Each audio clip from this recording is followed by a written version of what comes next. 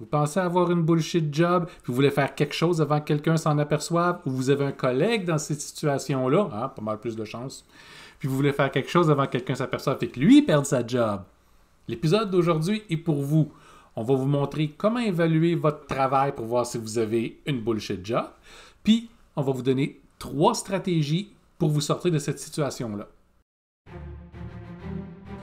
Maurice et Olivier, vos 2 gros coachs barbus, tannés d'entendre « Hey, toi, qu'est-ce que tu fais déjà ici? » ont décidé de se faire pirates et de se lancer à l'abordage des milieux de travail et d'y créer des mutineries positives. Voici leur histoire. Mesdames, messieurs les pirates, Maurice. Allô, Olivier. Bienvenue au 32e épisode de Go Pirate, le podcast. Il me fait plaisir de vous annoncer que nous retournons aujourd'hui à un des sujets qui a été le plus populaire de toute la série Go Pirate, les bullshit jobs. Certains d'entre vous avaient des questions, particulièrement j'écoute la description de c'est quoi une bullshit job et ça ressemble étrangement à ce que je fais. Qu'est-ce que je peux faire? Ben aujourd'hui, on va vous dire quoi faire. En fait, on va vous aider à évaluer si votre job est une bullshit job ou pas, puis jusqu'à quel point elle l'est. Puis après ça, vous donner des stratégies pour réussir à vous sortir de cette situation-là. C'est fort généreux de notre part. On est génial comme ça. Donc, pour ceux qui n'ont pas écouté l'épisode 10, Bullshit Jobs, est-ce que, Maurice, tu pourrais nous faire un petit rappel de ce que c'est? C'est quoi la définition d'une bullshit job? Donc, une bullshit job, essentiellement, c'est un emploi qui est suffisamment inutile, néfaste, superflu, que même vous-même, vous avez des difficultés à justifier l'existence de cet emploi-là. OK? En gros, si on veut utiliser d'autres termes, si vous ne créez aucune espèce de valeur dans l'organisation, puis que l'organisation serait capable de fonctionner sans votre présence, les chances sont que vous ayez une bullshit job. Donc, l'auteur du livre Bullshit Job, David Graeber, a identifié 5 catégories de bullshit job. OK? On va passer dessus là, très rapidement. D'abord, il y a les faire-valoir. Fait que ceux qui... ton travail, c'est de mettre en valeur ton supérieur ou ton client, OK? Ou de faire en sorte qu'il paraisse mieux que l'autre. OK? Un exemple? Donc, le 2e ou 3e assistant administratif, c'est-à-dire le premier est là pour faire le travail et puis les autres sont juste là pour que tu paraisses bien. Oui, tu en as plus que l'autre. C'est ça. Le 2e, c'est les sbires. OK? Ceux qui sont recrutés. Tu sais, souvent, chez le concurrent, là, ils ont 3 avocats, eux autres. Fait que nous autres, ce serait important qu'on en ait 4. OK? Pour pouvoir se défendre en cas de quoi que ce soit. Ou tu sais, des fois, c'est comme on a une flotte de marketeurs qui appellent chez les gens, puis on va juste être plus fort que le voisin. OK? Fait que c'est une question de supériorité ici. Là. Il y a les duct tapers, OK? Les rafistoleurs. Ça, c'est le monde qui sont là pour résoudre des problèmes qui auraient pu être évités. Tu sais, par exemple, une équipe de codeurs qui servent à réparer les bugs créés par d'autres équipes de codeurs.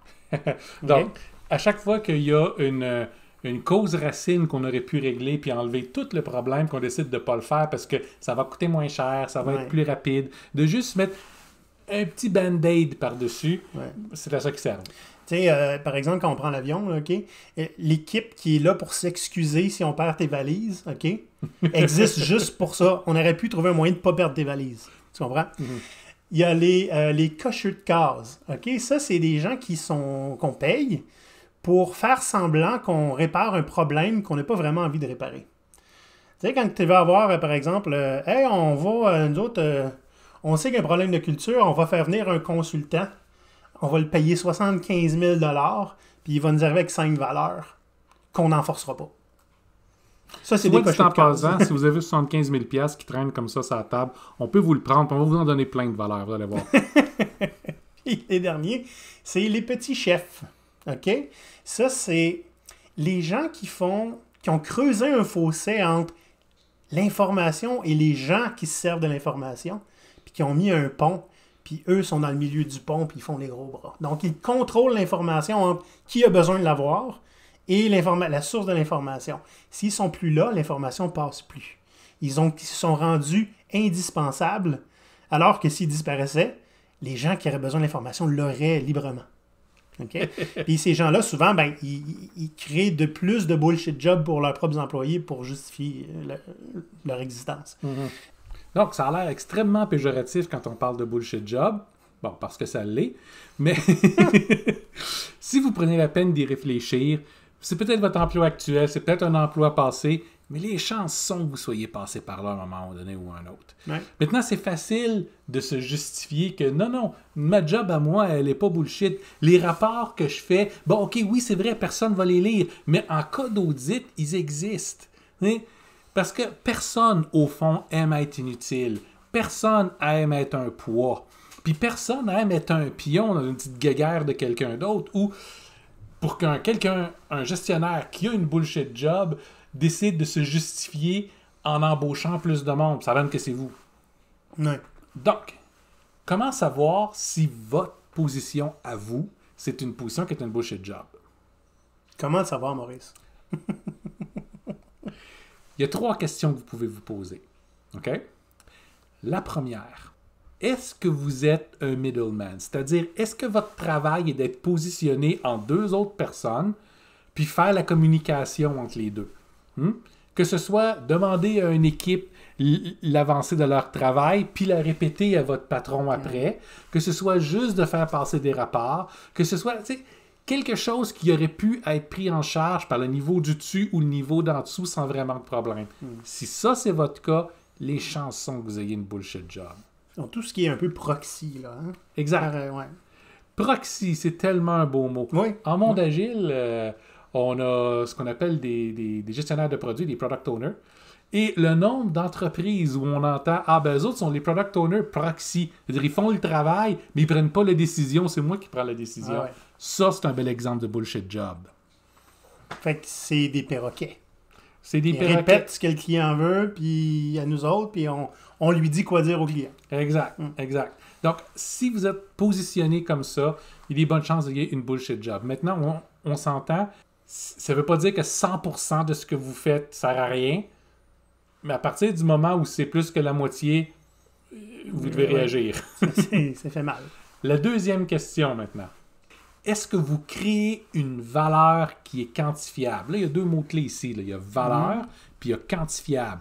Pas travail. Tout le monde fait du travail. On peut travailler 60 heures semaine, faire absolument rien qui a de la valeur là-dedans. Qu'est-ce que vous faites concrètement comme travail qui va faire avancer l'organisation, qui va l'amener plus loin, qui va l'aider à trouver des nouveaux clients, qui va l'aider à avoir des nouveaux produits ou augmenter sa visibilité ou quelque chose qui permet à l'organisation d'avancer. Si votre travail, c'est un travail de maintenance non technique, on appelle ça un travail de bureaucratie. Les chances sont assez élevées que votre travail soit de la bullshit. Oui, tout le monde a besoin d'avoir leurs évaluations une fois de temps en temps. Puis ça prend quelqu'un qui va pouvoir tabuler toutes les évaluations annuelles. Puis il y en a tellement, puis il y a tellement de détails, il faut tellement faire de rapports que ça va prendre 11 mois et demi dans l'année. Ça, c'est une bullshit job. J'ai accroché un petit peu dans quelque chose que tu as dit, Maurice, parce que tu dis c'est important que qu'on crée une valeur qui va apporter l'organisation vers ses objectifs. Oui. Mais des fois, on ne le sait pas, c'est quoi l'objectif de l'organisation. C'est mauvais signe. Puis, ça ne veut pas dire non plus que vous avez une bullshit job, c'est la job que vous faites n'est pas traduisable en dollars immédiatement. OK? Ouais. Parce qu'il y a beaucoup d'entreprises qui ont ça comme idée. Les seules personnes qui ont de la valeur dans l'entreprise, ce sont ceux qui rapportent des sous. À ce moment-là, il y a les vendeurs, puis personne d'autre. OK? Oui, c'est ça. Support technique, c'est une dépense. C'est ça. Donc, regardez qu'est-ce que vous faites pour pouvoir permettre à l'organisation d'avancer. Puis s'il n'y a rien de vraiment concret, il n'y a rien qui est quantifiable, à ce moment-là, les chances sont que vous ayez au moins partiellement une bullshit job. Il serait temps d'agir. 3e question maintenant. Si aujourd'hui, vous disparaissiez, j'aime utiliser, vous faites frapper par un autobus, mais on va être gentil, vous partez en vacances pendant 6 mois. Vous gagnez $1 million. Ouais. Ouais. Mais juste disons que vous ne pointez pas au bureau aujourd'hui. Est-ce que la compagnie va encore rouler? Est-ce que quelqu'un va s'en apercevoir? Mis à part l'autre personne, on va l'appeler Ginette, que sa job est de vérifier que tout le monde soit bien assis à son bureau. Puis si vous n'êtes pas là, ben là, ça va barder. C'est-à-dire, c'est pas parce que vous créez quoi que ce soit qui a de la valeur. Maurice, Dans Bullshit Job, il donne un exemple d'un pauvre gars qui est habitué de faire beaucoup d'heures supplémentaires, mais que son travail ne servait pas nécessairement. Les gens ne savaient pas à quoi il servait. Ça faisait 3-4 jours qu'il ne l'avait pas vu, puis son bureau était fermé, puis on dit, mon Dieu, il travaille fort. Il a eu une crise cardiaque, puis il était mort. OK. Si vous pouvez mourir à votre poste pendant quelques jours, puis que personne s'en aperçoit, il y a un problème. Ouais. Dans notre épisode sur les bullshit jobs, l'épisode 10, on donne quelques exemples comme ça, dont certains que j'ai connus de très très près. Donc, allez voir ça si vous ne l'avez pas encore écouté. Personne de mort, heureusement. Personne de mort. Donc, si votre impact sur l'organisation est tellement fort que personne ne va s'ennuyer de vous si vous n'êtes pas là, ou voire personne ne va se rendre compte de votre absence, vous avez très, très, très certainement une bullshit job. Là, Olivier, avant qu'on passe aux 3 stratégies, je veux qu'on parle d'une affaire. Ouais, vas-y. Beaucoup de gestionnaires se retrouvent dans des bullshit jobs. On en a parlé, puis on va en reparler encore un peu tantôt. Et dans bien des cas, être un gestionnaire, c'est vraiment une position où on est un peu pris entre l'arbre et l'écorce. Ouais. Puis on connaît beaucoup de gestionnaires qui aimeraient avoir plus d'impact puis plus d'influence sur leur organisation pour améliorer les choses pour tout le monde et pour eux. Ils aimeraient ça devenir les leaders que les gens suivent volontairement. Exact. Si c'est votre cas, donc Go Pirate, on vient de lancer un Mastermind gestionnaire pirate, qui est un programme où on va se voir 2 fois par semaine avec des trucs, des techniques. On va avoir de la mise en pratique, puis on va avoir du coaching live en petits groupes. Ouais. Un petit groupe semi-privé rempli de gens qui vivent des choses semblables à vous autres, puis qui vont pouvoir nous aider à vous appuyer dans votre cheminement. Exact. Donc, si ça vous intéresse, passez sur notre site. On a le lien là vers le programme, puis on va être heureux de vous voir.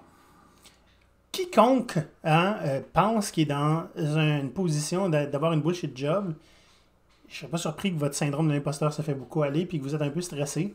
Puis c'est normal. Maintenant, il y a des moyens pour s'en sortir.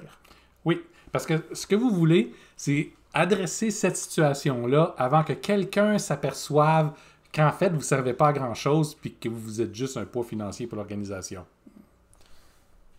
Je sais que c'est difficile à admettre.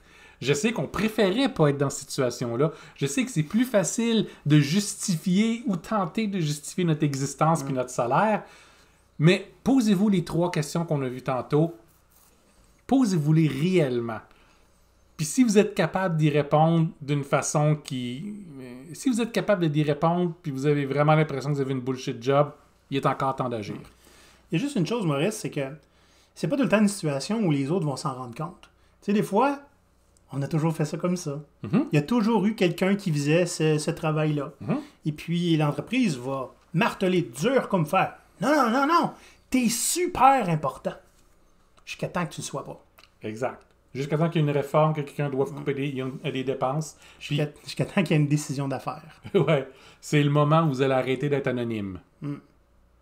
Donc, quoi faire pour agir avant d'atteindre ce point-là? La première façon, évoluer votre position. Okay? En bon franglais, upgrade ta job. C'est-à-dire, sans demander la permission à quelqu'un, regardez ce que vous pouvez commencer à faire pour créer de la valeur, pour commencer à être important. Là, on ne parle pas de devenir un petit chef là, ou un gardien de forteresse puis de bloquer l'information. Là. Un cerbère. Un cerbère. Regardez comment est-ce que vous pouvez améliorer le travail des gens autour de vous, l'efficacité dans l'organisation, les relations avec les clients, peu importe. Regardez dans votre domaine de travail, qu'est-ce que vous pouvez faire pour faire une différence.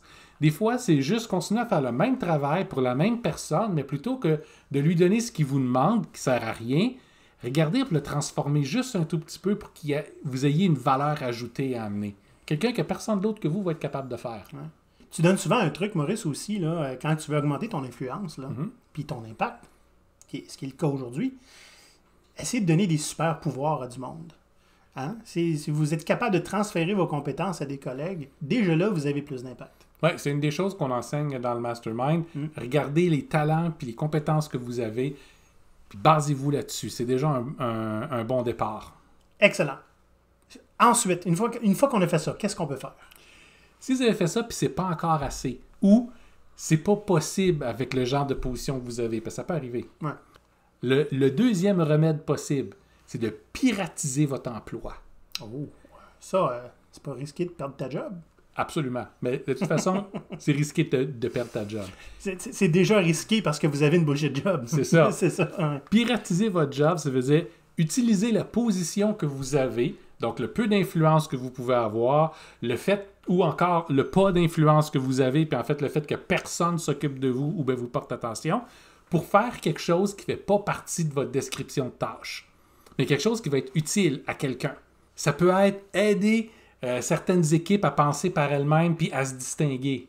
Ça peut être aider un collègue à obtenir la promotion qu'il veut avoir. Ça peut être, vous voyez, commencer à être la colle puis aider les gens un peu autour de vous. Vous pouvez essayer de transformer d'abord votre position. Si ça ne fonctionne pas, essayez de changer le fondement de ce que vous faites. Peut-être qu'en surface, ça va être exactement la même chose qu'avant.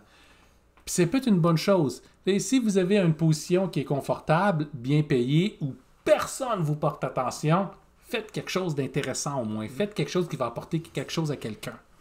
Moi, j'ai déjà eu un collègue, Maurice, là. Il était vraiment génial. On a déjà parlé très rapidement des relations triadiques. On ne va pas s'étendre là-dessus.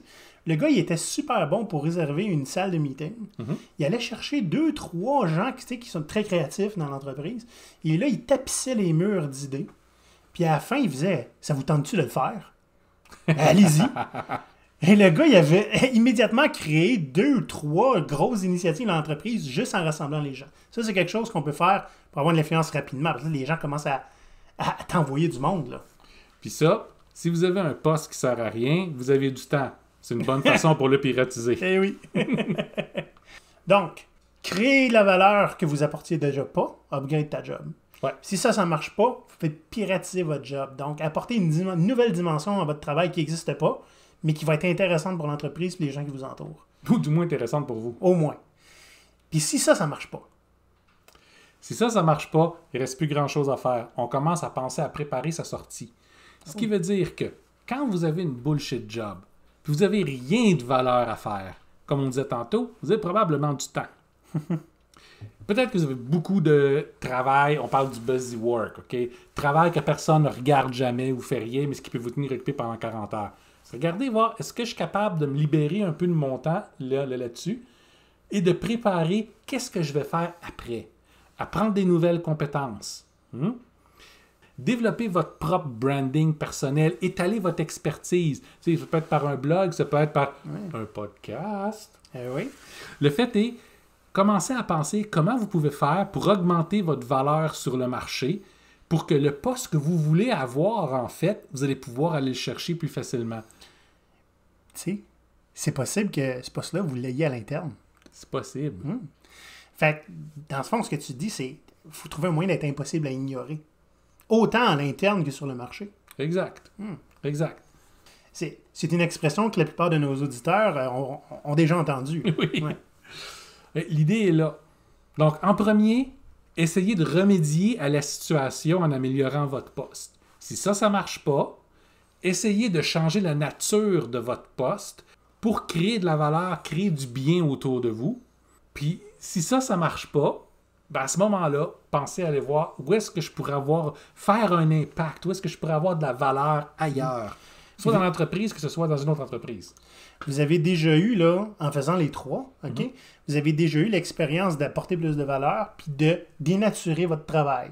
C'est ça le terme que tu cherchais. Dénaturer, c'est exactement ça. Puis, je veux dire, si l'entreprise où vous travaillez en ce moment est toujours pas intéressée à reconnaître que vous apportez de la valeur puis ils veulent que tu continues à faire ta bullshit job, il y a peut-être une place qui va vouloir que tu fasses tout ça. Mais ce qui est intéressant, c'est que tu vas développer ces compétences-là en essayant de te sortir de ta bullshit job. Non seulement les compétences, vous les avez développées, mais vous avez créé un narratif. Ouais. Imaginez quand vous passez en entrevue puis qu'on demande « Qu'est-ce que tu as accompli, toi, dernièrement? » Puis tu dis « Ben, pas autant que ce que j'aurais voulu parce que j'avais une bullshit job. Mais voici ce que j'ai fait.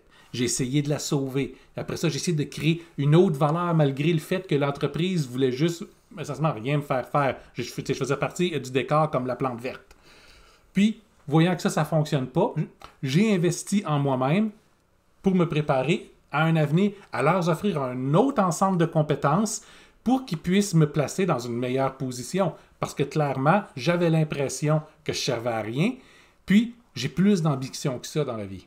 Donc tout de suite, avec ce genre de narratif-là pour soi, ça montre que vous êtes quelqu'un d'intelligent, qui va prendre l'initiative, qui n'a pas besoin d'être encadré ou tenu par la main, puis qui ne supportera pas de servir à rien ou d'être un gaspillage de ressources. Avant de terminer, juste vous rappeler que on en a parlé un petit peu au début, là, mais c'est pas nécessairement le poste en soi qui est bullshit. Hein? C'est pas tout ce que tu fais, l'existence de ton titre, de ton poste, de ton travail qui est bullshit. Des fois, ça va être des petits morceaux. Mais tu sais, si tu passes la moitié de ta journée à faire des choses, tu sais que personne n'utilise. Ça commence à être problématique. Ça commence à être problématique. Puis, tu sais, des fois aussi, on se demande, des fois, on ne le sait pas. Qui est-ce qui utilise ça que je fais là, 3 heures par jour? Comment ils vont l'utiliser? Tu sais, des fois, juste avoir les réponses à ces questions-là va faire en sorte que tu vas pouvoir aller leur livrer plus de valeur parce que tu vas comprendre comment ils l'utilisent. Ben, tu vas comprendre le pourquoi. Ben oui. La plupart des bullshit jobs, peu importe si c'est bullshit ou pas, mais ça devient bullshit éventuellement, c'est parce que vous comprenez pas pourquoi vous faites les choses que vous êtes censé faire. Alors, vous comprenez que vous le faites parce qu'on vous a dit de le faire. Exact. Puis ça, ben, la valeur n'est pas explicite là-dedans. Donc, juste en sachant pas pourquoi vous faites ce que vous faites, déjà le risque est plus élevé. Exact. Ouais. Bon. Maintenant, si, évidemment, c'est rare que quelqu'un va crier sur les toits « J'ai une bullshit job, mur à mur ». Mais si vous voyez des parties de votre travail qui servent à rien puis vous voulez vous sortir de ça, il y a moyen de faire quelque chose avec ça. Si vous n'êtes pas sûr, hein, j'ai-tu une bullshit job? Moi, il me semble que non. Posez-vous quand même les 3 questions qu'on vous a dit plus tôt. Vous pourriez être surpris des réponses. Ouais. Et puis, je serais curieux de savoir, hein, ceux qui, parmi vous, les auditeurs, qui s'étaient convaincus qu'il n'y avait pas de bullshit job, est-ce que vous n'avez pas trouvé un petit peu de travail qui était sans valeur dans votre quotidien? Écrivez-nous en privé. Oui, ben oui, parce que... Pas besoin de le dire publiquement. Pas besoin de vous mettre dans le trouble. Mais si jamais c'est le cas, puis vous voulez faire quelque chose, notre groupe Mastermind sert à ça. Là. Fait que l'idée, là, c'est de réussir à être capable d'identifier, entre autres, le travail qui est sans valeur, puis augmenter votre impact en livrant plus de valeur, pas plus de travail. Ouais.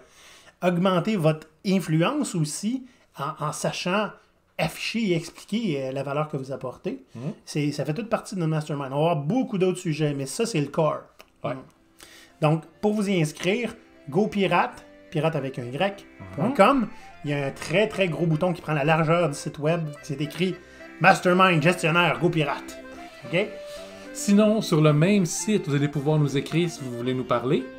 Vous allez avoir accès et au podcast et à notre chaîne YouTube et on vous conseille fortement de vous abonner. Donc, si vous nous écoutez en podcast, dans la mesure du possible, laissez-nous une critique sur Apple Podcast, particulièrement important. C'est comme ça qu'on se fait découvrir. Donc, le lien est dans la description de l'épisode. Si vous avez besoin de rafraîchir la mémoire, on va mettre le lien aussi de l'épisode 10 dans la description du podcast. Et puis, ben Maurice, pour changer, on est sur LinkedIn, puis parce que nous, on a une bullshit job. Donc, on passe notre journée sur LinkedIn. LinkedIn, Facebook, Twitter. Ouais. Cherchez GoPirate, pirate avec un Y. C'est Ouais, on sort partout. Ouais.